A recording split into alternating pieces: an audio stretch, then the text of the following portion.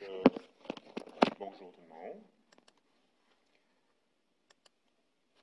Si on se souvient bien, la semaine passée, je n'étais pas ici physiquement, bien entendu, mais si vous avez visionné la dernière vidéo du cours correspondant à celui de la semaine dernière, j'avais commencé à aborder les différentes familles des alliages d'aluminium. Donc, je vais résumer un petit peu là, comment se classent les alliages d'aluminium. Donc, il faut se rappeler que les alliages en métallurgie, ils sont classifiés selon la chimie, c'est-à-dire selon la nature et la teneur des différents éléments d'alliage qu'on peut mélanger dans différents métaux. Et je rappelle, la raison pour laquelle on va ajouter des éléments d'alliage, la raison principale, c'est pour aller augmenter les propriétés mécaniques. Parce qu'il faut se rappeler, c'est que les métaux à l'état pur, ou très peu concentrés en corps étranger ou en éléments d'alliage, si on veut, sont très doux. Donc, ce sont à la plupart du temps pas intéressants à utiliser. Donc, on va ajouter des éléments d'alliage, différents métaux étrangers, autrement dit, mélangés à la base métallique pour aller chercher beaucoup de résistance mécanique. Donc, chez les aluminiums, c'est la raison principale pour laquelle on va ajouter certains éléments d'alliage. Chez les aciers, aux propriétés mécaniques va se rajouter aussi souvent la résistance à la corrosion. Donc, on avait parlé, là, je pense, du nickel et du chrome là, dans les aciers. Et avant de cet après-midi, ce que je vais faire, c'est que je vais terminer les différentes familles d'alliage aluminium. Au passage, à chaque fois, je vais vous présenter et énumérer des applications que vous connaissez pour lesquelles chaque classe de famille d'aluminium va être utilisée. Vous allez vous rendre compte que dans plusieurs séries, l'aéronautique est très présente, notamment les 3 dernières dont on va parler un petit peu plus tard. Et puis, dans cet après-midi aussi, je vais faire la même chose que j'ai fait avec les aluminiums, c'est-à-dire que je vais essayer de prendre le temps aussi de faire un classement des différents aciers, de manière générale. Donc, c'est un cours d'initiation, bien entendu, ça fait que je me limite aux points principaux. Je ne vais pas trop dans les détails là, au niveau des classements, parce que je ne veux pas non plus prendre trop de minutes ou d'heures de cours sur des classements des métaux. Donc, je veux essayer de couvrir beaucoup de matières différentes durant la session, ça fait que j'essaie de limiter au maximum sur certains aspects qui sont, je juge, dans le cadre d'un cours d'initiation en cours complémentaire, moins importants. Et puis aussi, cet après-midi, je vais prendre du temps aussi, quelque chose de peut-être un peu plus intéressant, plus visuel là, que le classement des métaux, les différents procédés de déformation plastique. Vous connaissez déjà, j'ai déjà parlé à quelques reprises du laminage, parce que le laminage intervient dans la transformation primaire de l'acier.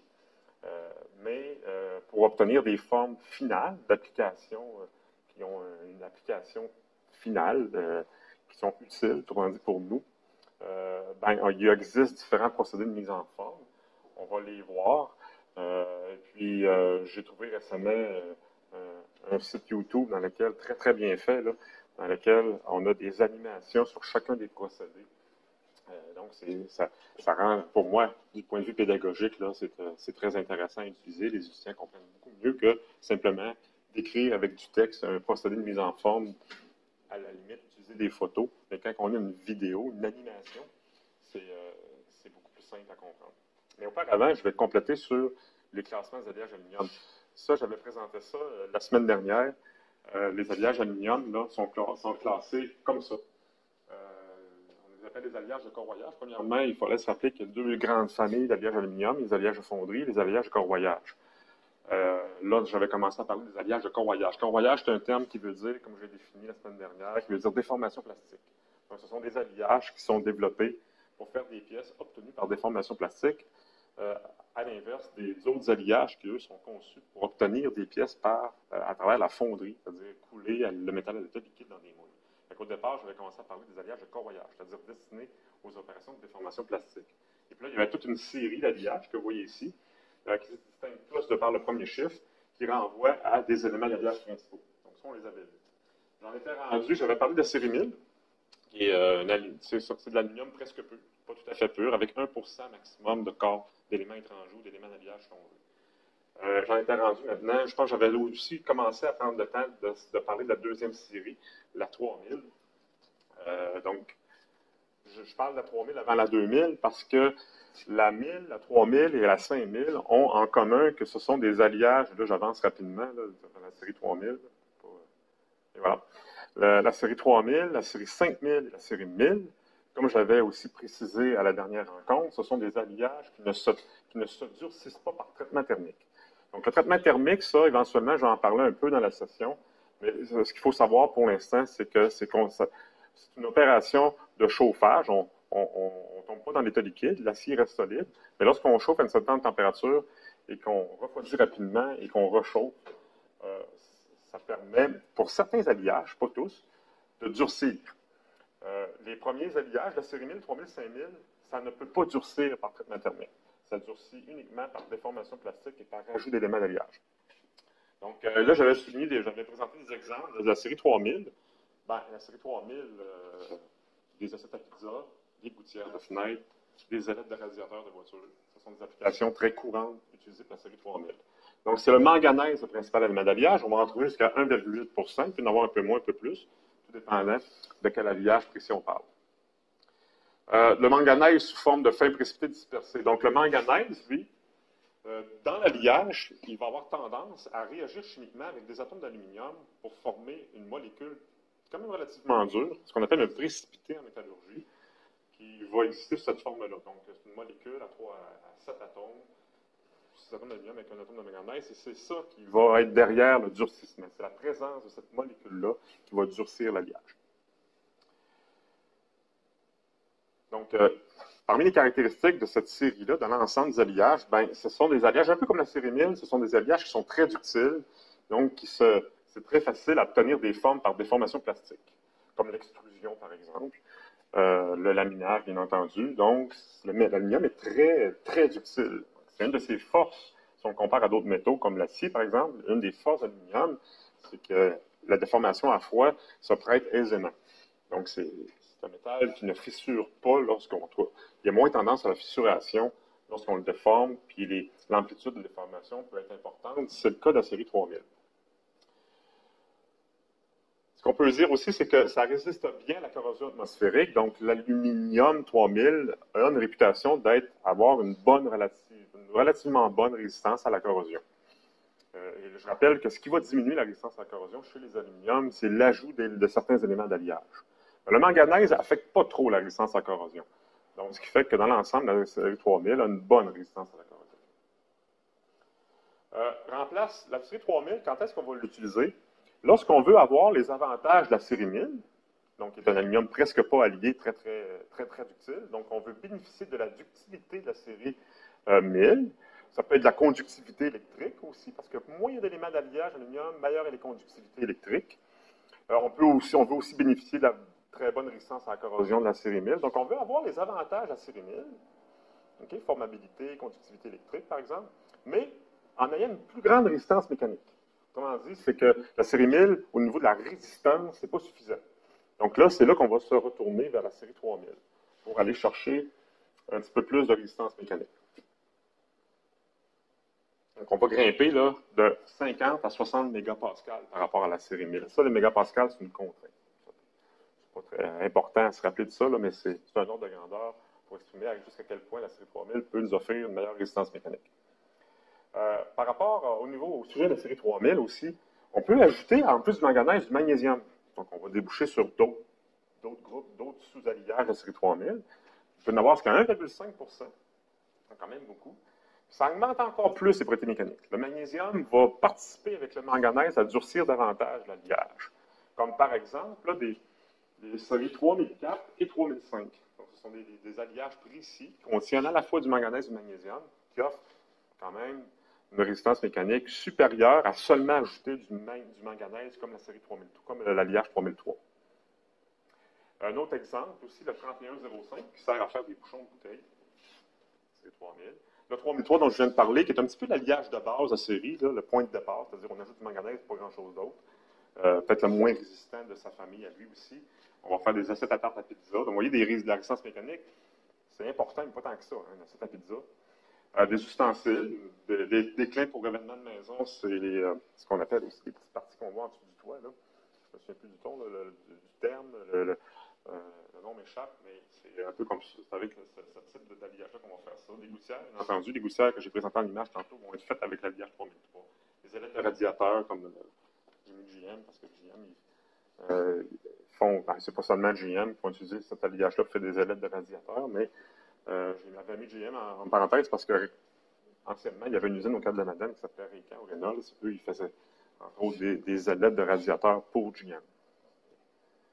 Ça, j'ai mis ça en parenthèse. Et là, à chaque fois, quand je vais parler des familles d'alliages, je mets un petit tableau, juste pour pouvoir avoir une idée de la résistance mécanique. C'est surtout pour ça, là, pour différents alliages de la série, 3003, 3004, ben, la résistance mécanique, ça c'est la résistance. On peut regarder seulement ces chiffres-là, là, les autres, oubliez-les. Donc, vous voyez, là, si on prend une photo avec notre tête là, de résistance mécanique dans l'ordre de grandeur qu'on peut avoir avec le 3003, ben, c'est relativement moyen. Là. Par contre, lorsqu'on déforme plastiquement le métal, il devient beaucoup plus résistant. Vous voyez, c'est marqué 230 ici parce que le métal, c'est le 3004 qui a été déformé. Parce que lorsqu'on déforme plastiquement les métaux, ils se durcissent. Je l'avais déjà, je pense, expliqué un petit peu sur la dernière rencontre. Vous avez déjà fait l'expérience d'essayer de casser du métal en le pliant plusieurs fois. À un moment donné, il casse. À chaque fois que vous le pliez, il devient de plus en plus. Vous devez forcer davantage. Parce qu'il se durcit dans la zone de pli. Donc, en métallurgie, dans l'industrie, avec l'aluminium, c'est utilisé à profusion. C'est-à-dire qu'on va obtenir une forme par déformation plastique, puis du même coup, on va aller chercher la résistance mécanique. Donc,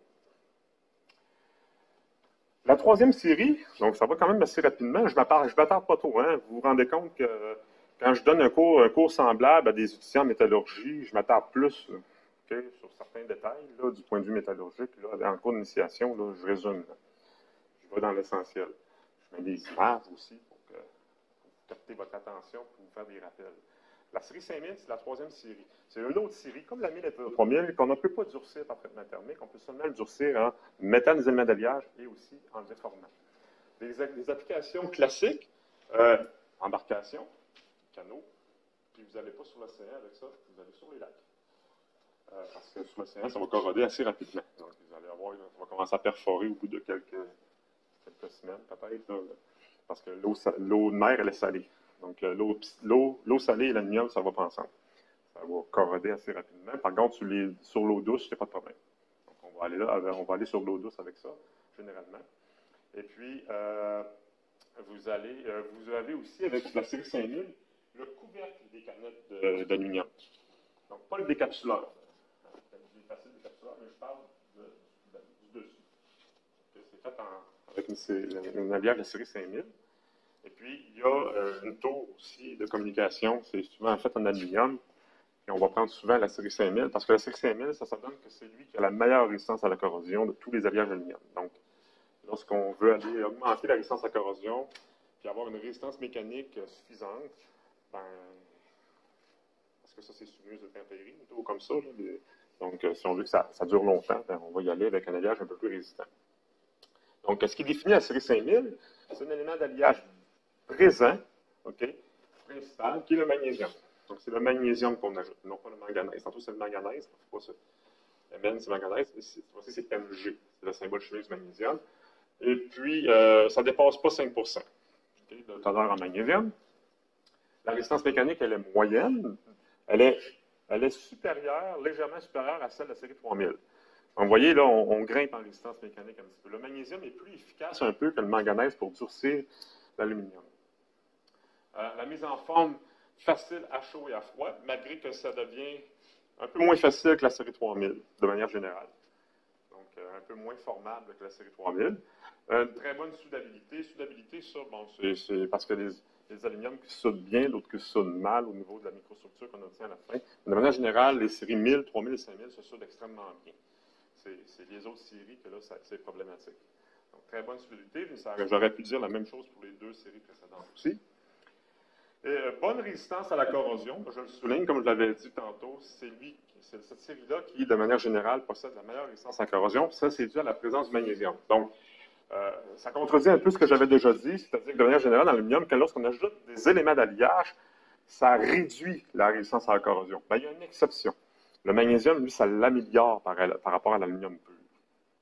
Donc, le fait d'en avoir quand même pas mal, là, 3, 4, 5 on a un gain de résistance à la corrosion par rapport à l'aluminium pur. Donc, c'est à peu près le seul qui non seulement ne gêne pas la résistance à la corrosion, mais au contraire l'améliore. Anodisation, ça, en parenthèse, c'est que L'anodisation, c'est une opération qui consiste à épaissir la couche naturelle d'oxyde sur l'aluminium avec un procédé électrolytique. Ça fonctionne très bien sur cette série-là. Donc, ça améliore, ça permet encore d'améliorer encore plus la résistance à corrosion. Et dans cette série-là, on peut ajouter d'autres éléments aussi, moins concentrés. En l'occurrence, le manganèse, du titane et du chrome. Généralement, c'est pour améliorer encore plus la résistance mécanique. Okay. Donc, des exemples, le 50-52, qui est justement l'embarcation que je vous ai montré tantôt, il est fait avec cet alliage-là, généralement. On en a d'autres aussi. 57-34. Vous n'avez pas à apprendre par cœur, hein? C'est les séries qui sont ici, là. C'est juste pour illustrer mon propos, là, des exemples d'alliage. Donc, on va améliorer la résistance mécanique, souvent avec l'ajout de ces éléments-là en complément avec le magnésium. Ça va aussi, dans certains cas, améliorer la soudabilité et la résistance à la corrosion, le magnésium surtout. Application courante, bon, comme je l'ai dit tantôt, le 50-52, embarcation nautique de plaisance, des tubes d'essence pour les autos. Le 50-54, lui, ça va être le couvercle de liqueur que je vous parlais tantôt. Le couvercle de canette de boisson, c'est fait avec le 50-54. Et puis dans le 50-83, pour des applications un petit peu plus... ça demande des propriétés un peu meilleures, oui. Les tubes d'essence? Les tubes d'essence, ben, quand c'est à l'intérieur. C'est ce qui relie le réservoir d'essence à l'embouchure lorsque tu mets ton... C'est un exemple bien précis. 50-83, cryogénie. Ben, l'aluminium, des fois, on va s'en servir pour, par exemple, des contenants cryogéniques, comme par exemple renfermer de l'azote liquide. Donc, ça peut être, c'est pas seulement ça qu'on peut utiliser, mais le 50-83 peut servir à ça. Parce que l'aluminium a très froid, parce que l'azote liquide, on le conserve à peu près à moins 180 degrés C. Très froid. Okay? L'azote qui est dans l'air, à l'état liquide. Donc, c'est moins 180 à peu près. Ben, ça, quand on transporte ce genre de contenant-là, c'est extrêmement important que le contenant ne soit pas fragile. C'est parce que les matériaux, okay, pas seulement les métaux, les plastiques, lorsqu'on baisse leur température de manière très importante, ils ont tous tendance à devenir fragiles en bas d'une certaine température. Une des forces de l'aluminium, c'est que lui, il ne devient pas fragile même à très basse température, du moins aux températures pour lesquelles on peut enfermer de l'azote liquide. Donc, lorsqu'on manutentionne ce genre d'équipement-là, c'est beaucoup plus sécuritaire. S'il y a un choc pendant le transport, ben, le contenant, il ne se brisera pas comme de la vitre, puis que déverser le contenu, c'est dangereux. Donc, le contenant doit ne pas démontrer de comportement fragile pour permettre de renfermer le produit très froid de manière sécuritaire. Donc, on peut prendre cet alliage-là pour faire ce genre de travail-là. Oui. Vous dites que ça devient fragile, mais c'est parce que le métal reste en tant que tel? Non, non, parce que non, ça n'a pas à avoir...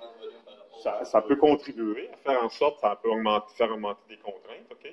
Mais si le métal a un comportement pas fragile, même la contrainte, elle ne provoquera pas de rupture fragile. C'est ce qui fait que le froid, c'est qu'on n'a qu'à penser à la gomme à mâcher. La gomme à mâcher, quand elle est chaude, elle est très ductile. Si vous la mettez dans le congélateur, vous pouvez la casser. Ben, les métaux se comportent de la même façon. Okay? Si en bas d'une certaine température, ils ne sont plus capables de démontrer la ductilité. Puis, la fragilité, quand un métal démontre un comportement fragile, c'est parce qu'il n'est pas du tout ductile. En réalité, ce qui l'empêche d'être fragile, c'est d'être ductile. Donc, ça, c'est... Il y a des mécanismes dans le métal, là, ça sort du corps du cours, là, mais qui sont responsables de la formation plastique, de la manière dont les atomes bougent ensemble. Quand il fait très, très froid, ce mouvement-là n'est plus possible. Donc, le métal, si la contrainte dépasse la résistance du matériau, la seule chose qui peut se passer, il n'y a pas de déformation plastique du tout, il va y avoir tout simplement une rupture, comme si c'était de la céramique ou de la vitre. Donc, tour de télévision, qu'on a montré tantôt, est fait avec cet habillage-là aussi. Réservoir sous pression, pour la même raison qu'avec les réservoirs de cryogénie. Vous avez un tableau ici qui présente des exemples d'habillage avec des propriétés mécaniques. Donc, vous voyez, là, les chiffres on marque que dans l'ensemble, les chiffres sont un peu plus élevés. Vous voyez, on a les 360 en résistance mécanique pour le 50-86, qui est l'habillage le plus résistant de cette famille-là, à l'état déformé plastiquement. Donc, le 50-86, le chiffre que vous voyez ici, de 310 à 360, là, cette résistance-là, elle est due à deux choses. La présence d'éléments d'alliage, entre, bon, bien entendu, la présence de magnésium, plus quelques autres, comme la manganèse, par exemple, le titane et le chrome qu'on montre dans celui-là, qui rajoute à la résistance mécanique. Et en plus, H24, ça veut dire qu'il a été déformé plastiquement. Donc, il a été durci par la présence de certains éléments d'alliage, et il a été durci encore davantage parce qu'il a été déformé à froid. Donc, on peut atteindre jusqu'à 360 mégapascals, mais encore là, on pourrait le durcir encore, lui, parce que le H24, le 4, là, moi, en tout cas, je ne veux pas s'en sortir du corps du cours, mais il a été comme déformé à la moitié de ce qu'il était capable. Donc, on pourrait encore le déformer davantage. Puis, il pourrait encore durcir. Donc, il pourrait dépasser, il pourrait même atteindre presque 380-390 mégapascals juste avant la rupture. Donc, ça commence à être intéressant. OK, dans ces résistances-là, c'est sûr que là, on est loin des aciers résistants. Là. Avec ça, les aciers résistants, ça dépasse souvent 1000, 1500, 2000. Là. Donc, on est dans un autre monde. Mais, quand même, si on veut bénéficier d'un matériel léger, qui a une bonne résistance à la corrosion, qui a une bonne conductivité, puis ça prend de la résistance mécanique, ça peut suffire à la tâche. Ensuite, là, on y va avec quelque chose de plus résistant pas mal. Okay, là, on change de registre en termes de résistance mécanique. La 4e série dont je vous parle ici, c'est la série 2000. Les 3 prochaines, dont celle-ci, 2000, la prochaine qui va être la 6000 et la dernière qui va être la 7000, ces 3 séries-là, ces séries-là, on peut les durcir par traitement thermique.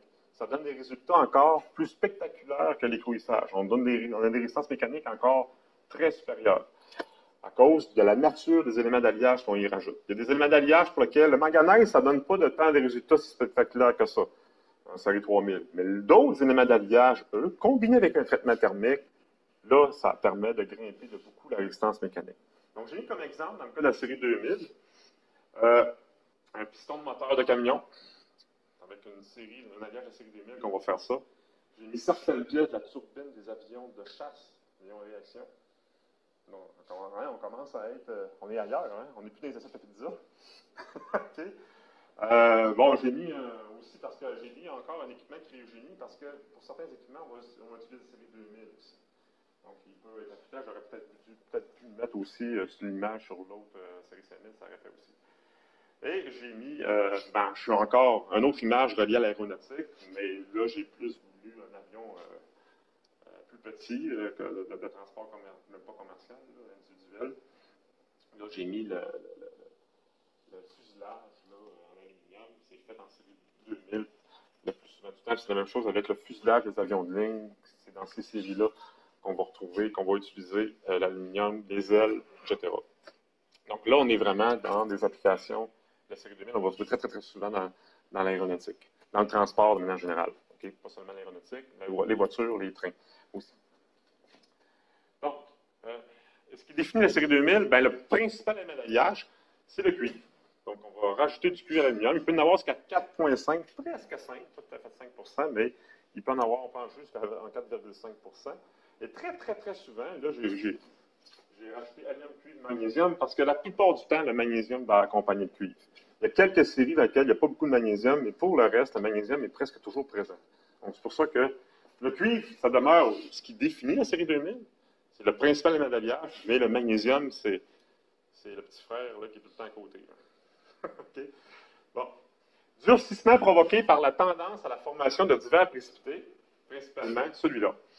Donc, tantôt, quand j'ai parlé de la série 3000, j'avais souligné le fait que le manganèse, lorsqu'il est mélangé à l'aluminium, il y a une très bonne affinité chimique, puis il fait des petites molécules. Le cuivre et l'aluminium aussi. Quand ils se rencontrent, ces atomes-là, pouf, ils se lient ensemble, ils font des molécules, puis c'est sur cette formation de ce précipité-là, mélangé au métal, qu'on va avoir un durcissement. Par analogie, là, pensez à des muffins. Muffin, la pâte, c'est relativement mou, ça, la pâte. Quand vous mettez croquez les dents dans les muffins, c'est quand même, c'est pas une carotte, là. C'est mou. Le métal, la matrice métallique, les empillements d'atomes, c'est un peu ça, c'est relativement mou. Mais pensez à un muffin dans lequel on ajoute des noix. Là, vous allez avoir l'impression qu'il est plus dur, le muffin, à cause des noix. C'est un peu ça, OK, un alliage métallique. C'est que ça ici, là, ça joue le rôle des noix, très dur. Ça, c'est une molécule extrêmement dure. Ça va, donc, en fin petit morceau, là, bien mélangé dans le métal mou, ça donne un ensemble, un résultat qui donne quelque chose de beaucoup plus dur, plus résistant. Ce qu'il y a à dire aussi avec la série 2000, teneur en cuivre de l'ordre de 4%, ça peut être légèrement supérieur. Souvent, ça peut être moins que ça aussi. Mais dans l'ensemble, c'est autour de 4%. Bonne résistance à chaud. Et ça, c'est une qualité que les 3 autres séries n'avaient pas du tout. La résistance à chaud, ça veut dire que l'alliage, quand il est chauffé à cette température-là, 230, il ne ramollit pas. Il ne devient pas plus mou, il ne perd pas sa résistance mécanique. Il conserve sa résistance. C'est une des faiblesses des alliages aluminium, c'est que dans l'ensemble, de manière générale, les alliages aluminium, aussitôt que tu les chauffes un peu trop, okay, dépasser 150 degrés C, là, 160, ils commencent à perdre leur résistance mécanique. Ils commencent à devenir mou. Ce qui n'est pas une bonne idée si on est une aile d'avion, ou si on est une ailette, une pièce dans un moteur d'avion. Il y a des endroits qui fait très chaud dans un moteur d'avion, donc on ne veut pas que les pièces puissent perdre leur résistance pendant. Ce qu'elle va faire, c'est que la pièce, quand elle va subir ses charges, ses contraintes, elle va crocher. Puis là, ben, tout l'assemblage mécanique, ça ne tournera plus. Puis là, si on parle de moteur d'avion, ce qui risque probablement d'arriver, si ce genre de choses-là se passe dans le moteur va exploser. Puis après ça, quand un moteur explose dans un avion, ça donne qu'il y a des risques qu'il y ait un écrasement. Puis quand il y a un écrasement d'avion, il y a des chances qu'il y ait des risques qu'il y ait des morts. Donc, voyez-vous, tout ce qui en découle après. Donc, c'est pour ça que les métallurgistes, quand ils ont développé au fil des années, à partir de la Deuxième Guerre mondiale, ça a été là où se sont développés l'ensemble des alliages aluminium. Ben, quand ils ont conçu les avions de chasse, ben, ils ont eu besoin de un moment donné, ben, il fallait que l'avion soit plus rapide. Okay? Il fallait utiliser le maximum de magnésium et d'aluminium. Les Allemands, les Américains, les Britanniques, quand ils concevaient leurs avions, les Japonais aussi surtout, quand ils concevaient leurs avions de chasse pendant la Deuxième Guerre mondiale, il fallait donc que les chasseurs soient meilleurs que l'autre, donc plus rapides, consommer moins d'essence possible pour avoir un rayon d'attaque le plus élevé possible. Puis en combat, il fallait avoir un rayon de courbure de virage le plus serré possible pour que le pilote ait plus de chances de se mettre derrière l'ennemi et de le tuer. Tous ces alliages-là, le 2000, ont été conçus pour ça. Okay. Oui. Au niveau des alliages, est-ce que il doit y avoir quand même une infinité de possibilités de qu'est-ce que tu peux mélanger et tout? Ben, pas infini. Il faut que le résultat soit intéressant. Et l'autre chose aussi qui rentre en ligne de compte, il faut que le métal soit disponible et pas trop dispendieux. Et là, ça limite beaucoup, beaucoup les possibilités. Donc, il faut qu'il y ait un résultat. On ne peut pas mélanger n'importe quoi dans l'aluminium puis avoir une bonne résistance mécanique. Donc, ça va fonctionner avec certains métaux. Okay? Et en plus, il faut que le métal il soit disponible. Donc, le cuivre, justement, ça tombe bien, c'est le troisième métal le plus produit après l'aluminium et le fer. Donc, il est disponible, puis il est relativement abordable, disons, si on le compare à de l'argent ou à d'autres métaux beaucoup plus précieux. J'imagine qu'il y a des gens qui leur emploi, c'est de découvrir des alliages. Oui. Toujours, ça n'a jamais arrêté comme processus. Développer des nouveaux alliages, ça, c'est toujours existant pour répondre à des nouveaux besoins ou pour améliorer certaines applications. Ça n'arrête pas. Mais le processus, présentement, il est beaucoup moins rapide qu'il y a dans les années 40, 50, 60, où il y a eu vraiment le développement aéronautique pour partir de la Première Guerre mondiale, où les avions existaient déjà en la Première Guerre mondiale, jusqu'à la conquête spatiale, aller sur la Lune, la navette spatiale. Il y a eu une cinquantaine d'années entre les deux. C'est là-dedans, dans le milieu du 20e siècle, où là, les alliages, la plupart des alliages ont été développés. Là, à un rythme quand même beaucoup plus élevé que présentement. Okay. Résistance à la corrosion médiocre, par contre. Donc, l'aluminium a une bonne résistance à la corrosion, mais c'est relatif quand on dit ça. Il y a des séries qui sont bien meilleures que d'autres. Le cuivre, sa force, c'est d'augmenter la propriété mécanique. Mais, en contrepartie, il réduit considérablement la résistance à la corrosion d'aluminium. Donc, on ne peut pas, autrement dit, que lorsqu'on utilise la série 2000, on ne pourra pas l'utiliser à toutes les sauces. Aussitôt qu'on a la pièce, l'application, elle est appelée à être dans des milieux relativement corrosifs, de l'eau salée, par exemple, ou un milieu légèrement pollué. Là, on va essayer d'éviter son utilisation. Mais sur un avion, la corrosion n'est pas si sévère que ça. Okay? Donc, on est en atmosphère relativement humide, oui, mais l'aluminium et l'humidité, ça résiste quand même assez bien. Okay? L'aluminium n'est pas censé être en contact avec des acides ou des bases, des milieux corrosifs. Là. Donc, là, on peut utiliser la série 2000, mais sinon, il faut se rappeler que la série 2000, c'est celui qui est le moins bon à la résistance à la corrosion dans toutes les familles d'aluminium. Il est difficilement soudable aussi. Okay? Ça, je ne l'explique pas pourquoi exactement, mais quand on dit difficilement soudable, ça ne veut pas dire qu'on n'est pas capable de faire un joint, c'est juste que le résultat qu'on a, c'est pas bon. la résistance mécanique, on crée des dommages dans le métal, puis ça affecte la résistance mécanique. C'est ça que ça veut dire. Oui. Difficilement soudable, mais ils montent des avions avec ça, c'est quoi ce qu'ils vont? Ils vont jointer de manière différente. Des fois, c'est des cols, mais ils peuvent souder, mais ça ne veut pas dire que c'est pas soudable du tout. Quand ils n'ont pas le choix, ils vont réaliser une soudure, mais ils vont prendre beaucoup, beaucoup de précautions. Il ne faut pas affecter la résistance mécanique à côté du joint soudé. C'est ce qui risque d'arriver avec ces alliages-là. Donc, il y a des précautions à prendre. Mais c'est pas que c'est pas soudable, c'est difficilement. Ça veut dire que ça se fait, mais pas n'importe qui peut le faire, puis il y a des précautions à prendre. Puis c'est pas avec tous les procédés non plus. Très bonne propriété mécanique, ça je pense que je l'avais exprimé très bien tout à l'heure. Donc des exemples, si vous avez différentes séries, le premier qui est ici, c'est le plus populaire de cette famille-là. Le 2024, c'est l'alliage le plus produit dans cette série-là. C'est l'alliage pour lequel il y a le plus d'applications différentes. Le tubulaire pour l'aéronautique, différentes pièces en aéronautique. Le tubulaire, c'est des tubes pour entre autres, faire des systèmes hydrauliques, entre autres, sur les avions. 2048, des plaques et faillards pour l'aérospatial. Donc, c'est l'alliage qui va être souvent utilisé pour faire les ailes, la carlingue de l'avion. Ça va être 2048. 2618, là, on va le retrouver, lui, il a des meilleures propriétés, une meilleure résistance à chaud, par exemple, que les deux premiers. Fait qu'on va le retrouver plus dans des pièces qui sont plus susceptibles à chauffer, donc très reliées aux moteurs des avions, les moteurs à turbine. Le 2218, c'est un alliage spécifiquement conçu pour faire des pièces par forgeage à chaud, comme les pistons de moteur, par exemple. Le piston de moteur diesel 2218, qui est fait par forgeage et usinage aussi. On peut ajouter d'autres choses là-dedans. Par exemple, quand on ajoute du magnésium, on tombe sur des séries 27-20-24 qui sont très populaires dans cette série-là, avec un teneur en magnésium qui est autour de 1,2%. Donc, on va ajouter du magnésium en plus du cuivre. Application courante en aéronautique, comme je l'ai souligné tout à l'heure. Donc, des exemples là, de 27-20-24, par exemple. Et là, vous voyez un T ici. Ça, c'est T, ça veut dire traité thermiquement.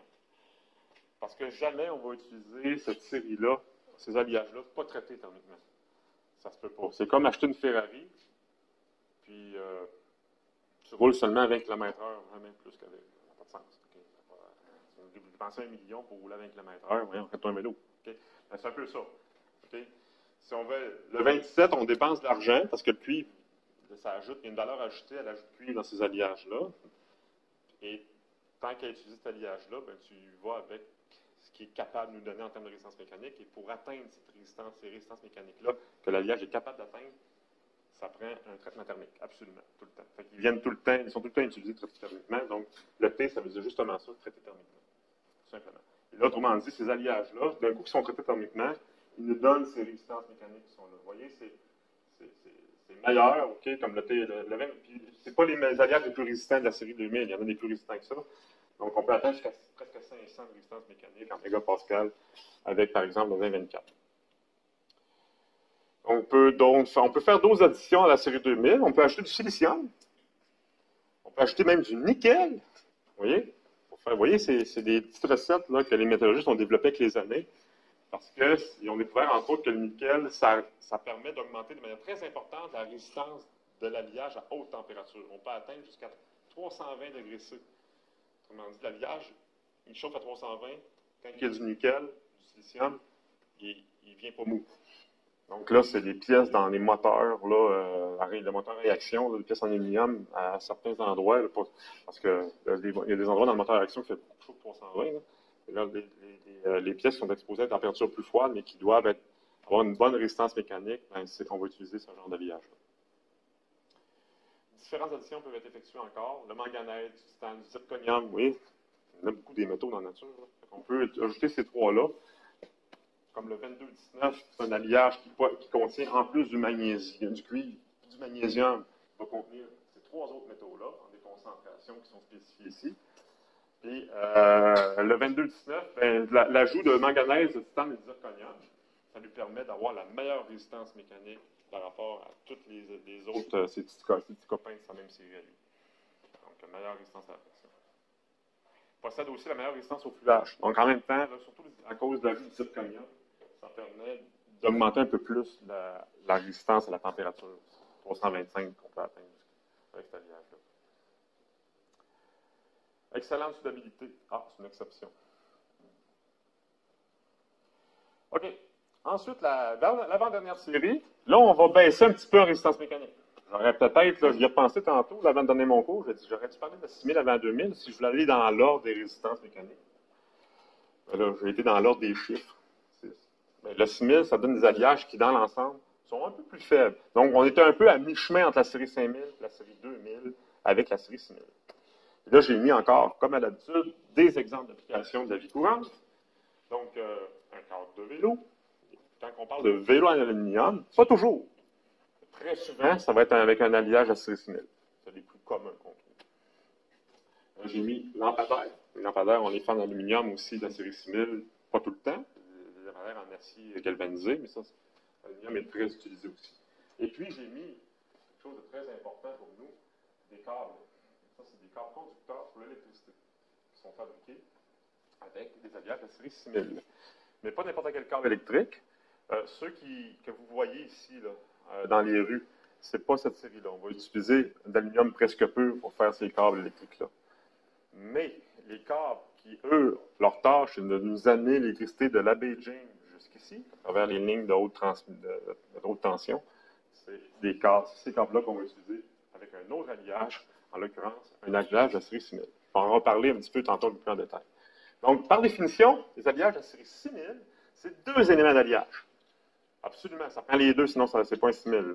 Ils vont travailler ensemble, ces deux éléments d'alliage, pour durcir les alliages. Ça prend à la fois du magnésium et du silicium. C'est les deux. On ajoute à l'aluminium. Donc, propriété mécanique moyenne, c'est moins que 2000, mais c'est supérieur aux 5000. Durcissement provoqué par la tendance, donc c'est toujours la même chose. Ben, c'est souvent la même chose, c'est que le durcissement est provoqué par les éléments d'alliage vont soit provoquer des précipités, des petites pépites dures entre eux, ou avec l'aluminium. Cette fois-ci, c'est que l'aluminium et le silicium, eux, préfèrent faire des précipités entre eux. L'aluminium, ils vont le lâcher tranquille, ils ne réagiront pas avec, mais ils vont faire des précipités entre eux. Donc, c'est seulement les éléments d'alliage qui vont former des précipités. Trempé, vieilli, ça, c'est un terme relatif au traitement thermique.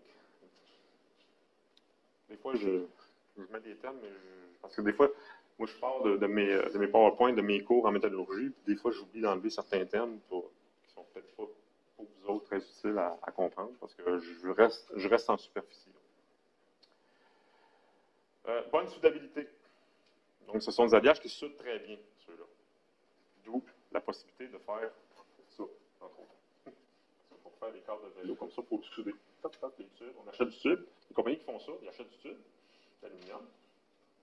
Puis après ça, ils soudent, ils coupent à bonne longueur, puis ils profilent un peu, puis ils soudent ensemble.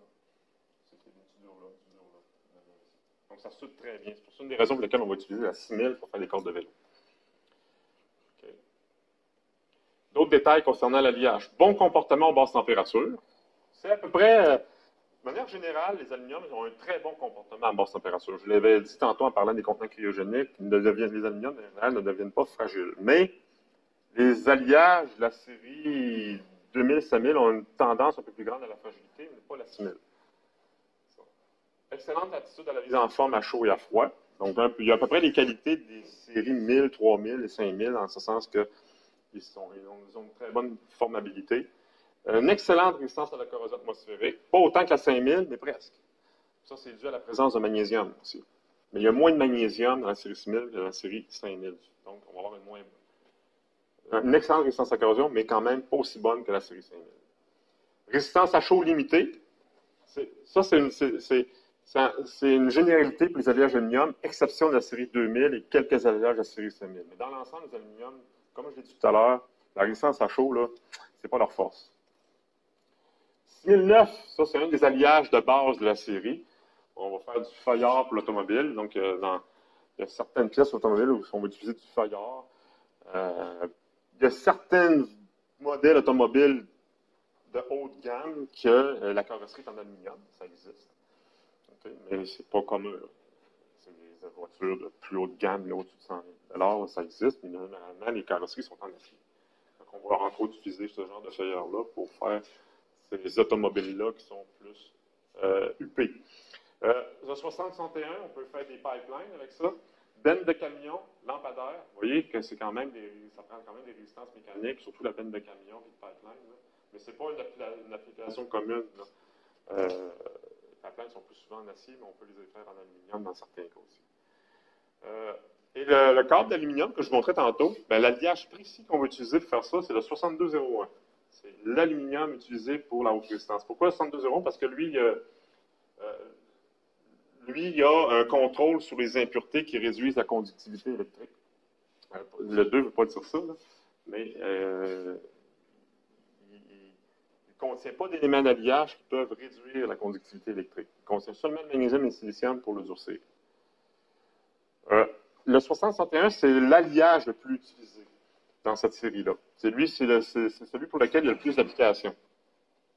Donc, lui, il contient entre 0,4 et 0,8 de silicium. Donc, vous voyez, il n'y a pas tant que ça. Et puis, il y a entre 0,8 et 1,2 de magnésium. Donc, c'est des ordres de grandeur des éléments d'alliage de série simile au niveau du magnésium et du silicium. Des fois, on peut ajouter du cuivre et du chrome qui vont accompagner des alliages de série simile, pas en trop grande quantité. Fait que ça va donner, on va aller chercher un gain en résistance mécanique, ça va déboucher sur un autre alliage, qui est ici c'est 60, ça avait 60. Et puis l'alliage 6061 possède la meilleure résistance à la corrosion des alliages trempants. Donc, les alliages trempants, c'est-à-dire la série 2000, 5000 et 6000, c'est la série 6000 qui possède la meilleure résistance à la corrosion. Et puis là, je reviens sur l'alliage 6201 qui est utilisé pour faire les câbles électriques. Donc, j'ai mis, il faut illustrer l'idée, là, vous voyez ici un gros pylône, assez gros. Fait que lui, il ne transporte pas du courant d'une maison à une maison. Hein. On a compris que lui, il part de loin puis il s'en va acheminer le courant vers les villes. Impureté limitée au maximum, comme je l'ai dit tout à l'heure, pour le transport de l'énergie électrique pour câbles à haute résistance. Parce que ce qu'il faut comprendre, c'est que quand on transporte de l'électricité à partir d'aussi loin que la baie de James ici, le courant, les électrons, là, il y a beaucoup d'électrons qui se perdent en chemin, là, qui partent de là-bas et qui n'arrivent pas à destination ici. Ça, c'est la notion de résistance électrique. Okay? Ben, pour faire en sorte qu'on ait le maximum de courant qui arrive jusqu'ici, pour avoir le moins de pertes possible, pour qu'on ait le plus de courant possible, pour pas qu'on ait à construire un autre barrage, il faut que le câble il conduise le mieux possible le courant. Puis, il y a des impuretés qu'on peut retrouver dans l'aluminium, notamment le sodium, le titane, le calcium, entre autres, qu'on retrouve déjà dans l'aluminium en tant qu'impureté qui provient directement de la cuve d'électrolyse. Ben, ce sont des éléments qui, ça donne un effet important sur la conductivité électrique. Même à faible concentration, ils les affectent. Donc, ces alliages-là, eux, reçoivent des traitements spécifiques pour enlever le titane, le calcium, le sodium, par exemple, pour faire en sorte d'avoir une bien meilleure, un peu meilleure conductivité électrique. Ne serait-ce que d'augmenter la conductivité électrique de 1%, déjà là, tu viens d'augmenter 1% de courant de plus qui arrive ici, c'est quand même pas mal, c'est plusieurs villes au Québec que tu vas réussir à alimenter l'électricité, ne serait-ce qu'en étant attentif sur les impuretés d'un alliage qui sert comme conducteur. Donc, vous voyez que ce n'est pas négligeable. 62, avec l'idée de ça, bon, l'aluminium du 6201 est choisi pour le transport de l'électricité à cause de quoi? Ben, il y a 4 raisons. Pourquoi on a choisi l'aluminium 6201 pour transporter le courant? Ben, c'était le meilleur choix. Pour 4 raisons principales. Donc, sa bonne conductivité électrique, bien entendu. L'aluminium est un métal qui est, si on le compare à l'acier, il est bien meilleur conducteur. Par contre, si on le compare au cuivre, il est moins bon conducteur. Le cuivre est presque 2 fois meilleur conducteur que l'aluminium. Okay? C'est pour ça qu'on va utiliser le cuivre. Quand l'électricité dans les maisons, les fils sont en cuivre. Okay? Donc, ça conduit très bien le courant du cuivre, presque peu. Bon. Sa légèreté, ça c'est une des principales raisons. Là, le cuivre, là, il n'est plus là. Parce que le cuivre est beaucoup plus lourd. L'aluminium est 3 fois plus lourd que l'aluminium. Okay? Là, vous allez comprendre tantôt pourquoi la légèreté, c'est important. Son faible coût comparé au cuivre aussi. Donc, l'aluminium est plus abordable que le cuivre beaucoup. Le cuivre est beaucoup plus cher sur le marché. Okay? Donc, pour construire les lignes de transport, il y a donc une économie d'argent. Okay? Parce que la ligne de transport, elle a été payée par les taxes et les impôts. Si on ne veut pas que ça coûte trop cher, ben, on choisit un matériel qui ne coûtera pas trop cher. Si on avait décidé d'utiliser le cuivre pour faire le relief à baie James, ça aurait coûté un méchant bras. Donc, avec l'aluminium, c'est beaucoup plus abordable. Et la quatrième et dernière raison, c'est qu'on peut avoir une bonne résistance mécanique avec l'aluminium, à condition de choisir le bon alliage. Donc ça, C'est la raison pour laquelle on a choisi un série 6000. Parce que là, on leur serait peut-être porté à penser, mais pourquoi on n'a pas choisi une série 1000 pour faire un meilleur conducteur que la série 6000? Parce que la série 1000 n'est pas assez résistante mécaniquement. Puis c'est important la résistance mécanique aussi pour un câble. Okay? Pourquoi? Ben, l'aluminium 6201 est choisi pour le transport d'électricité sur de longues distances. En effet, pour diminuer le plus possible le coût des lignes de transport, on limite au maximum le nombre de polygones de pylônes nécessaires. Ce qui coûte cher sur une ligne de transport, le plus, c'est les pylônes. Quand on construit une ligne de transport. Donc, il faut qu'il n'ait le moins possible pour que le coût de la construction d'un transport soit le plus bas possible. Et s'il y a le moins de pylônes possible, et donc les pylônes sont donc d'autant plus loin des uns des autres, donc les câbles qui sont attachés à leur extrémité à chacun des pylônes, qui sont dans les câbles, sont donc beaucoup plus longs. Si le câble est beaucoup plus long, le câble est donc beaucoup plus lourd. OK? Donc, les câbles sont plus longs et donc plus lourds. Grâce à cette légèreté, vous voyez l'importance de choisir l'aluminium, c'est un métal léger, okay? Et à sa bonne résistance mécanique, conjuguée avec une résistance mécanique suffisante, d'où le choix du 6201, le câble en aluminium 6201 ne s'étirera pas jusqu'à toucher le sol. Si on utilise un aluminium trop mou, le câble il va tout simplement s'étirer sur son propre poids et il va finir par toucher à terre. Okay. Donc, il fallait que le câble soit résistant mécaniquement aussi.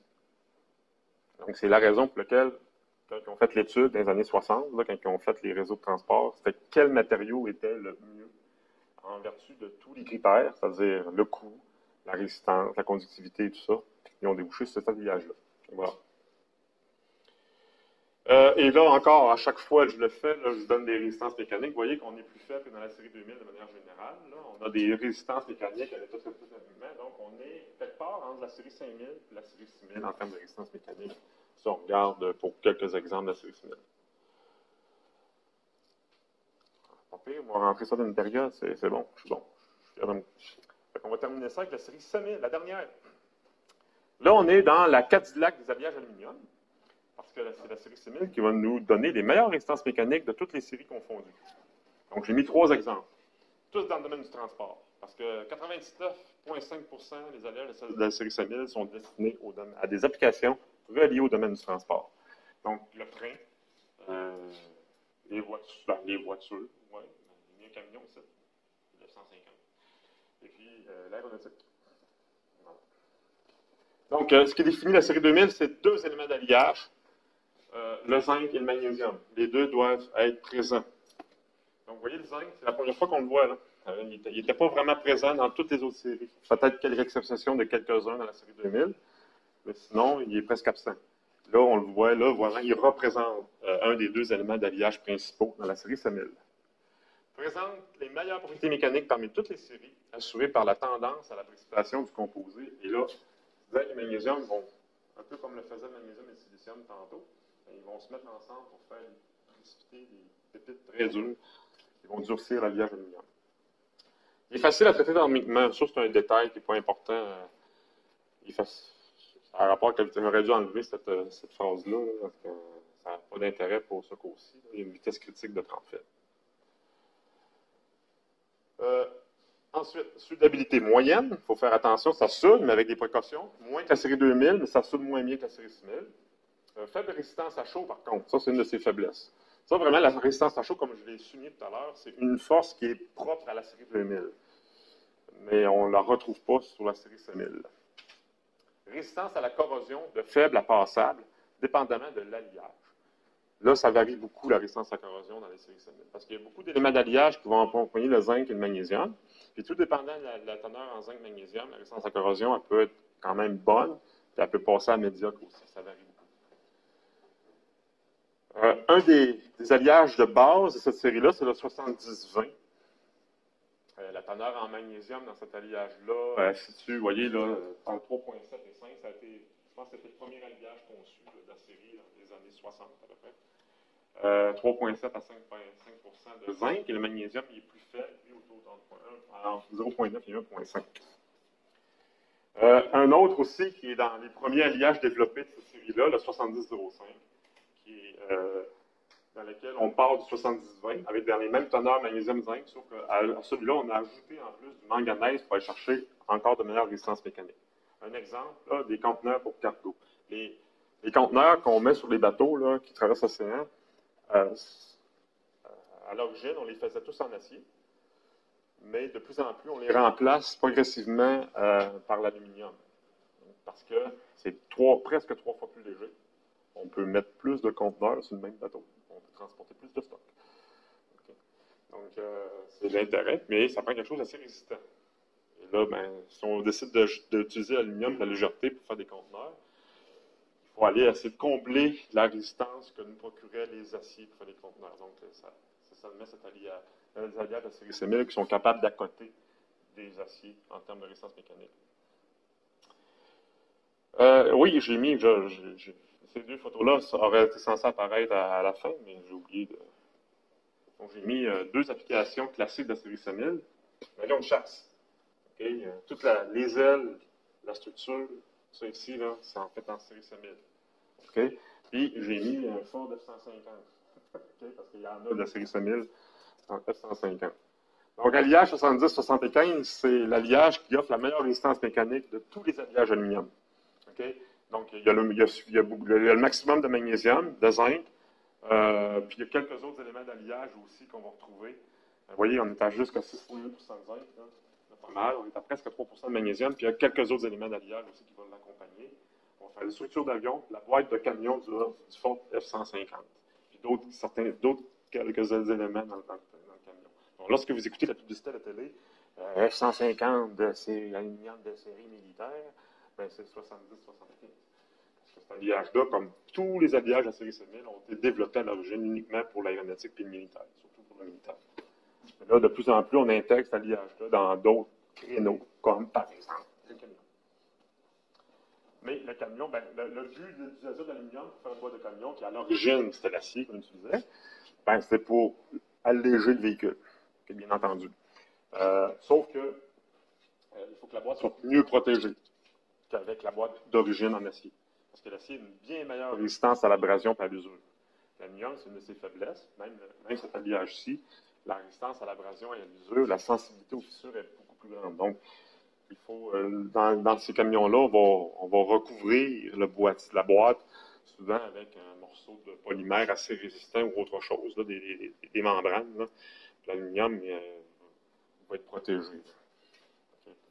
Dans les boîtes de camions originales, on pouvait mettre directement du stock sur la tôle d'acier qui était dure, qui est assez résistante, peinturée. Mais on ne fait pas ça avec ces boîtes de camions-là. Ouais. Et là, pour finir, ben, avant de tomber en pause, ben, j'ai fait, comme je l'ai souvent dit, là, la série 2000, C1000, surtout la série C1000, là, où c'est exclusivement des applications dans l'aéronautique, dans le transport. On va le retrouver dans le train aussi, comme on l'a vu dans les camions.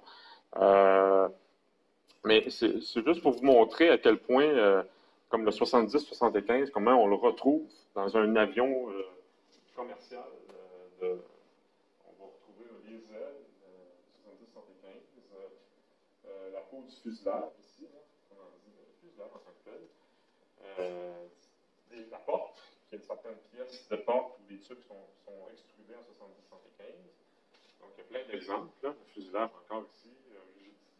Rigidifieur, probablement que c'est une structure ici, qui est dans le squelette de l'avion, qui donne la résistance à l'avion. Différents d'autres types de pièces. Vous allez ici et là aussi, on ne souligne pas uniquement la présence de certains alliages aluminium. Je souligne au passage aussi qu'on souligne la présence dans un avion aussi d'alliages de titane. Ce que vous voyez ici, le TA6V, le T, ça veut dire titane. A, ça veut dire. Bon, ça, ça veut dire l'aluminium, mais je trouve bizarre la désignation ici. Ouais, c'est 6% d'aluminium et 1% de magnésium. Donc, le support de réacteur va être fait souvent en alliage de titane. Beaucoup de pièces dans le moteur vont être faites en titane, entre autres les ailettes, pas les ailettes en avant, mais les ailettes en arrière surtout. Et puis, il y a d'autres alliages aluminium, le 2024. Donc, vous voyez, dans un avion, c'est le maximum de métaux légers. Okay? La raison est toute simple, parce que l'avion, il faut qu'il vole, il faut que ce soit léger, okay? Mais aujourd'hui, un avion, pour qu'il puisse se vendre, il faut qu'ils consomment le moins de carburant possible.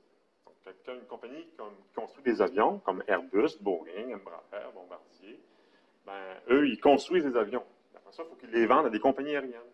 Les compagnies aériennes, ils font un peu comme vous quand vous achetez une voiture, ils vont regarder entre autres la consommation d'essence. Parce que ça rentre dans les coûts d'opération d'une compagnie aérienne, l'achat d'essence. Okay? Ça rentre dans les dépenses. Le but des compagnies aériennes, c'est de faire du profit. Ils vont réduire leurs dépenses, entre autres dans l'achat de carburant. Ils vont magasiner des avions fabriqués par des entreprises qui proposent l'avion qui consomme le moins de carburant. Donc, on va utiliser au maximum les matériaux les plus légers possibles. Mais dans l'aviation, il n'y a pas de compromis à faire, comme on peut le faire dans d'autres secteurs moins critiques. C'est que vous ne pouvez pas faire de compromis au niveau de la sécurité. Et c'est là tout le défi en aéronautique, c'est comment utiliser des pièces plus légères, tout en offrant des résistances mécaniques, des charges, des résistances mécaniques suffisantes pour que l'avion soit sécuritaire, pour pas qu'il y ait de défaillance, de rupture, quoi que ce soit. Donc là, c'est là que il y a deux. La principale façon pour alléger des pièces, bien, il y a deux façons d'alléger un avion. Utiliser des métaux de plus en plus légers. Donc, comment dire, dans certains cas, remplacer l'acier par l'aluminium ou remplacer l'aluminium par du magnésium ou remplacer l'acier par du titane. Donc, on y va dans le plus léger possible et aussi diminuer la taille des pièces. Comme l'aile d'avion, le fuselage, ce sont des plaques. Ils ont une certaine épaisseur. Une des façons d'alléger l'avion, c'est quoi? Prendre des plaques plus minces. L'avion est plus légère. Sauf que quand vous amincissez les plaques, ce qui risque d'arriver, là, vous augmentez la contrainte sur la charge qui est appliquée, mettons la résistance de l'air sur les ailes, par exemple, ici. La charge va être appliquée sur une plus faible surface, donc il y a plus de risque que l'aile, par exemple, plie et casse, si les tôles sont plus minces. Donc, on est à cheval, on est toujours dans le compromis réduction du poids de l'avion pour réduire la consommation de carburant, mais tout en faisant en sorte que l'avion demeure sécuritaire. Donc, c'est ça le défi en métallurgie, entre autres, pas seulement en aéronautique, mais ce sont les métallurgistes qui développent des alliages pour permettre à faire en sorte que les alliages soient le plus résistants possible, pour permettre la réduction de section le plus possible, pour que l'avion soit le plus léger possible, tout en demeurant sécuritaire. Et ça, c'est le défi, entre autres, pour un métallurgiste comme moi, qui a fait je n'ai pas travaillé de près dans l'aéronautique, mais il y a eu certains projets de recherche dans le passé qui étaient dans ce contexte-là, de manière générale, là, au niveau de la conception des avions. Donc, c'est un peu pour ça, quand les métallurgistes, comme tantôt tu disais dans ta question, est-ce qu'on développe encore de nouveaux alliages? Oui, parce qu'on est toujours en train d'améliorer, essayer de voir en sorte que, mettons, l'aile ou certaines pièces, on peut-tu les faire un peu plus petites? Oui, on va développer, on va ajouter certains éléments d'alliage, on va chercher une meilleure résistance mécanique pour faire en sorte que la pièce puisse être plus petite pour pouvoir supporter la même charge. De façon à ce que l'avion consomme moins de carburant, puis augmenter les chances de vendre l'avion. Donc, vous voyez, c'est ça un peu le contexte au niveau de la métallurgie. Et là, pour finir, avant de tomber en pause, encore une fois, ben, vous voyez ici, j'ai mis toutes les séries. Donc, le VD6, ça c'est l'aluminium pur. La série 3000, aluminium manganèse, aluminium magnésium série 5000, la série 6000 qui est ici, la série aluminium cuivre 2000 et 5000. Dans l'ordre des résistances mécaniques, on va du moins résistant au plus résistant. Et là, ben, vous voyez ici, j'ai mis des graphiques en bas avec les résistances mécaniques en mégapascal. Ça va ce que ça sent. Pour vous montrer que, bon, ben, la série 1000, ben, ça s'en va au maximum, même pas 200 mégapascal, on est capable d'avoir avec ça. Et puis, là, pour chacun des alliages, ou de la série 5000, on peut aller jusque-là. Donc, c'est l'évolution des résistances mécaniques qu'on est arrivé à avoir, à développer avec les années, en choisissant judicieusement certains éléments d'alliage, en essayant des petites recettes pour aller chercher le maximum. Là, on peut voir à quel point la série 5000 vraiment est une longueur d'avance sur tous les autres. Là. Ça va jusqu'à presque 800 mégapascal de résistance. Il y a même des alliages qui dépassent maintenant 850. Donc, ça fait un peu concurrence à certains aciers. Mais les aciers sont capables d'avoir des résistances mécaniques beaucoup plus élevées que ça. Bon, ben, ça va compléter la première partie du cours. On se revoit dans 10 minutes.